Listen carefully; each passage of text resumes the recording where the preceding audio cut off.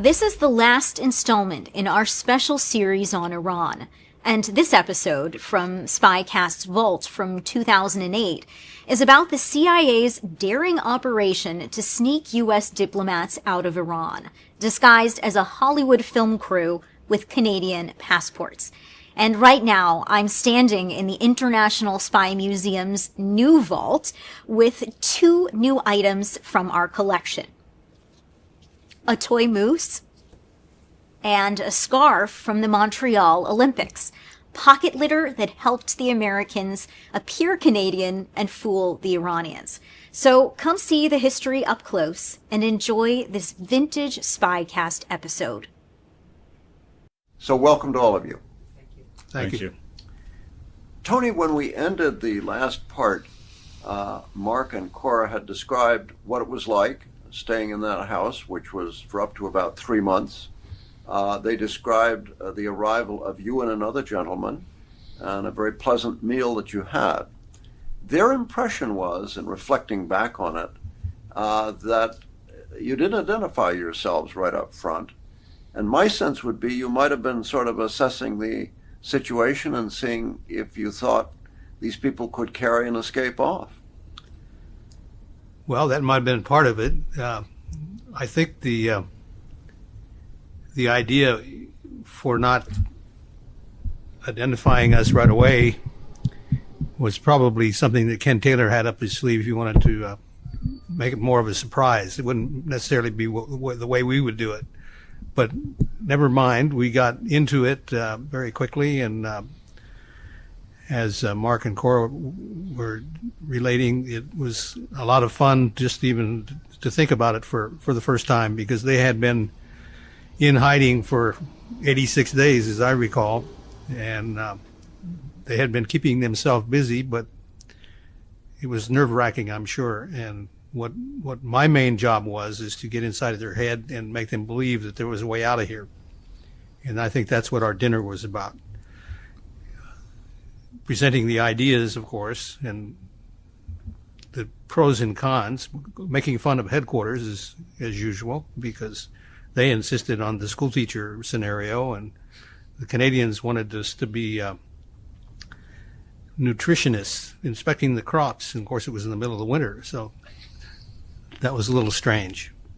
But yeah, we had worked rather diligently on our Hollywood option, and so it was a matter of presenting it in such a way that they would buy it immediately and we'd get on with it.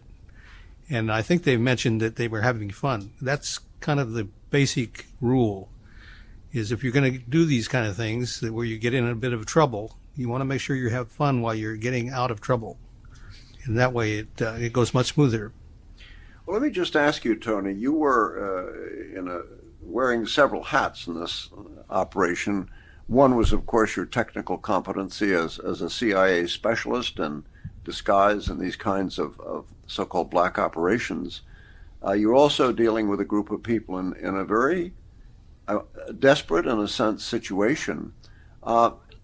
Just tell us here, were you also dealing with another group or two other groups? Because there were 6 hostages in all. So you were relating to at least 2 groups of them at the same time. Is that right? They brought all 6 of them together for our meeting. So, Kathy and Joe were present at the meeting at the Sheerdowns. So it was not 2 different groups, although one of the questions that the detractors at headquarters had was, why would they all want to go together? Why wouldn't they want to go incrementally? So we had to have a plan for that, too. All these other plans were somebody's idea, and the only way we could get out of Washington and on with the job was to take all these plans to the people who had to use them. And of course, we gave them some very good advice on which ones were the better plans once we got to them. But it was important to get their buy-in. Exactly. How did you get them all together? Did you move them around at night? They were brought by the diplomats who were helping. We were brought to the Sheerdowns. My partner and I, the guy I call Julio, and I were brought there by the MP Claude, and Joe and Kathy were probably brought by Ken Taylor. I'm not sure, but the other diplomats moved people as well. And the Sheardowns, of course, were the John Sheardown, and that was the house, the home of the Canadian officer. He was no longer there. He had left. Tony, before we go to Mark and Cora, what was your first impression on meeting them? Did you feel, in your heart of hearts, I'll put it that way, even for a hardened CIA officer, that they could pull something off? That was the only reason that I was in Tehran, was to assess their ability to pull it off. And it doesn't matter if you put 6 pounds of makeup on somebody, if they can't fall into that role and do that role-playing thing, it's not going to work, because it's going to be recognized by any trained observer, such as a customs officer, an immigration officer, or security officer. That's what they're trained to look for, is the worry waves that giving off by an individual, and they can do it at long range. So my job was really as a coach more than anything, suggesting a role that they could easily get into, provide them the wherewithal to make that work, and to jolly them along.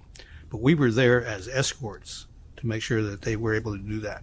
Well, let me just ask you, Mark and Cora, had you ever been on the stage before? Were either of you involved in dramatics in school? Was role-playing something that came naturally, or was this really quite a challenge?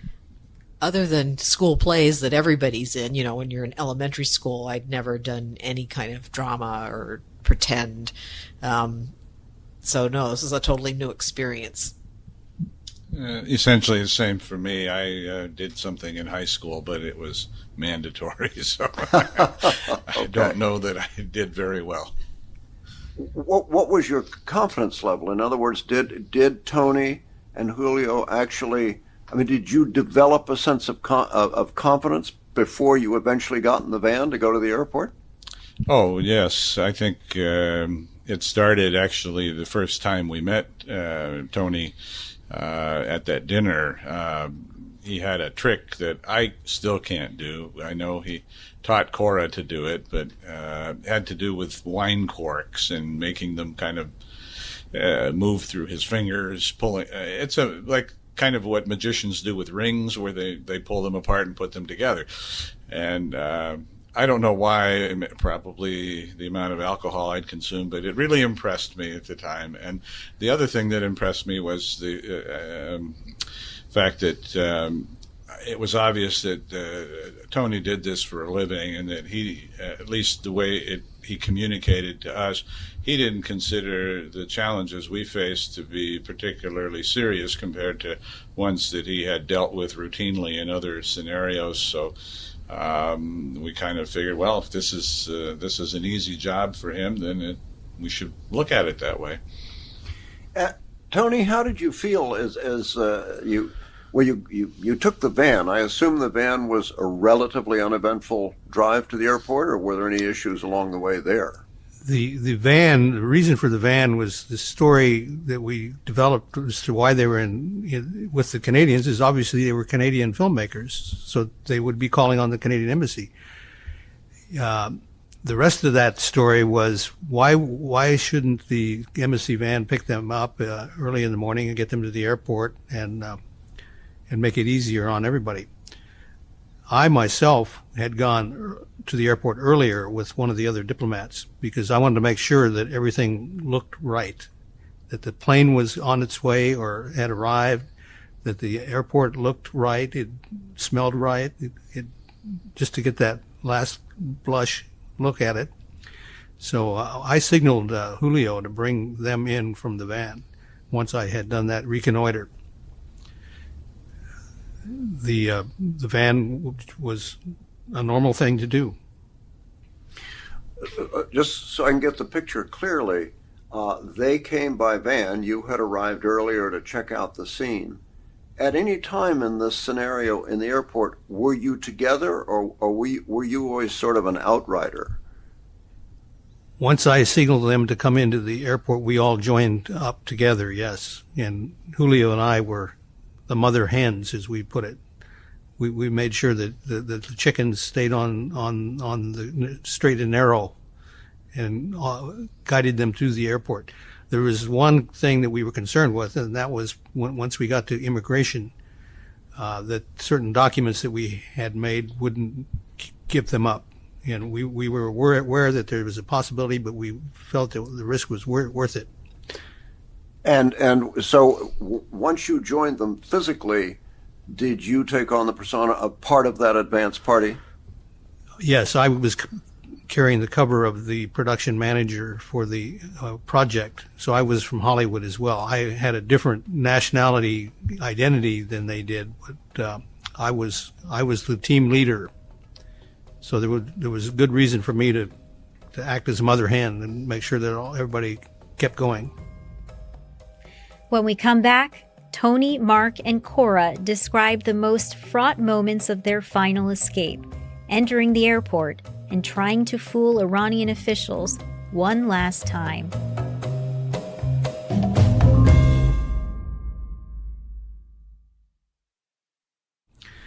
So you moved along as a group. At what point was your heart in your mouth, so to speak, when you presented your actual documents?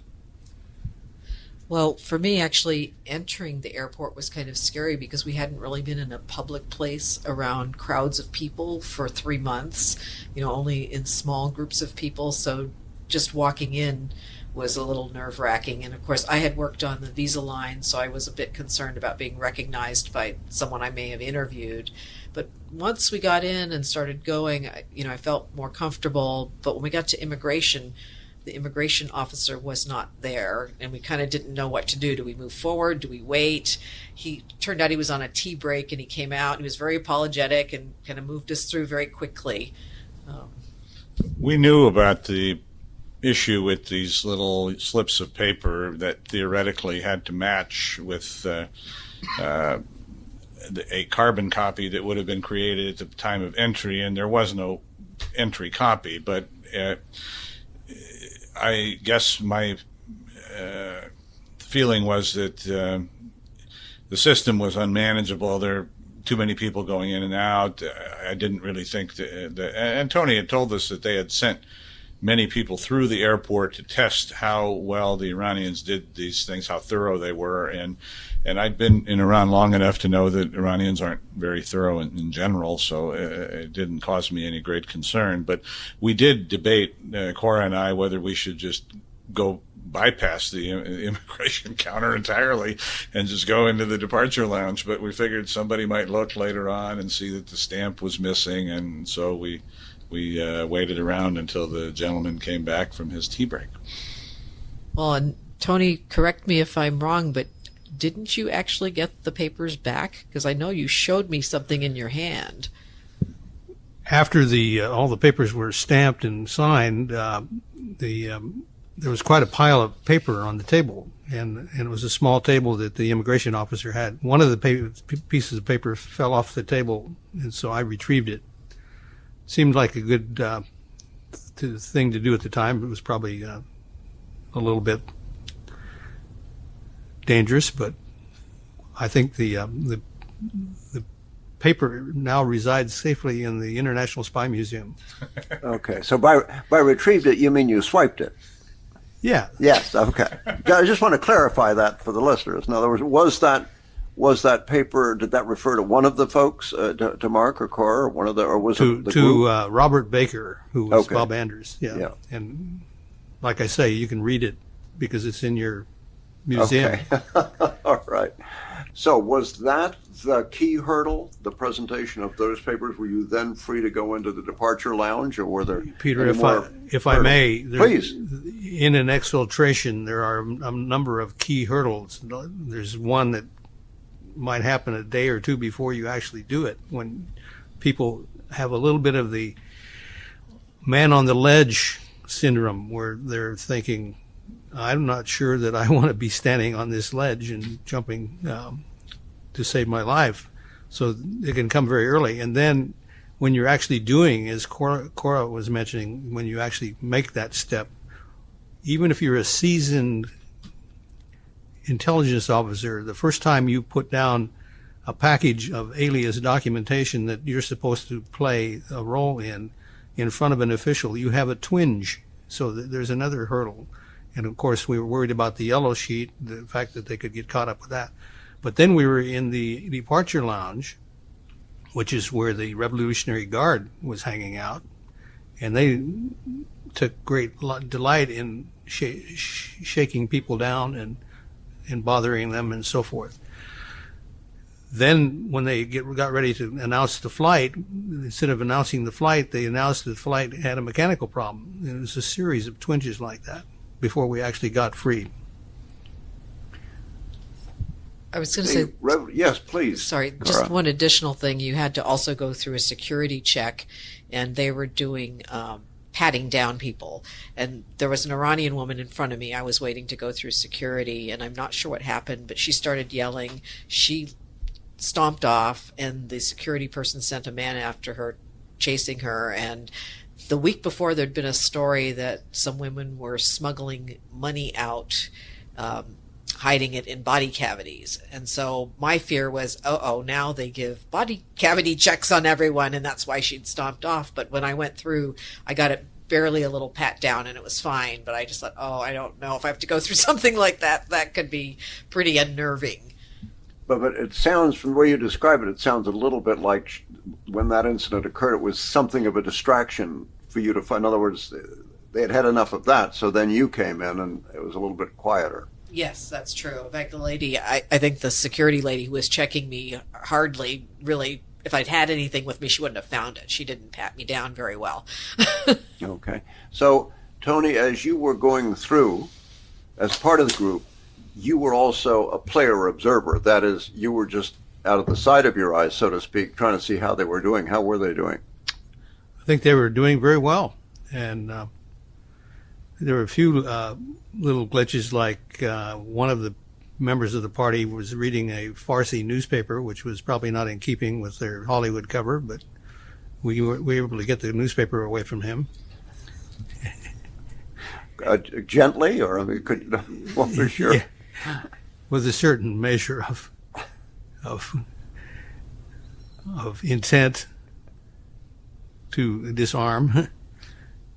Well, obviously they carried it off, but I just wondered how. I mean, clearly they were feeling apprehensive.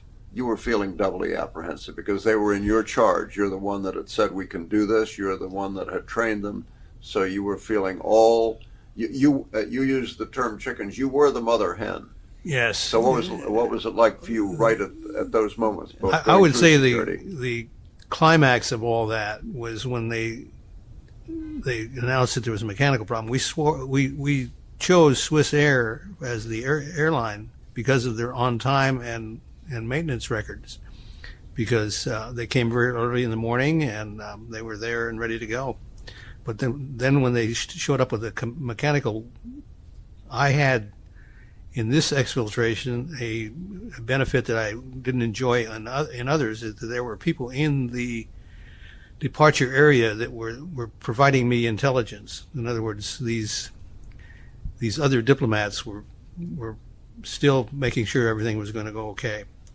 So I had this little meeting at that point with a couple of these diplomats and a couple of airline managers, and we were thinking about changing aircraft, but we chose not to do that because it would cause more attention than it was probably worth. And as it turned out, the mechanical was taken care of rather quickly, so we were good to go. You know, given the nature of the so-called revolution, I would think one of the most sensitive areas in the city was the airport, and the fact that these guards, like the Comitet and so forth, were keeping an eye on folks. I mean, clearly they were just trying to also just make eye contact or just see who looked suspicious and who looked nervous. As a matter of fact, Mark mentioned earlier that no one was in charge in the country. Well, that went for the airport too. It was really hard to tell who was in charge, and sometimes that's more dangerous than an organized security situation. So there wasn't going to be anybody calling downtown to get permission to do anything. They would do whatever they felt like.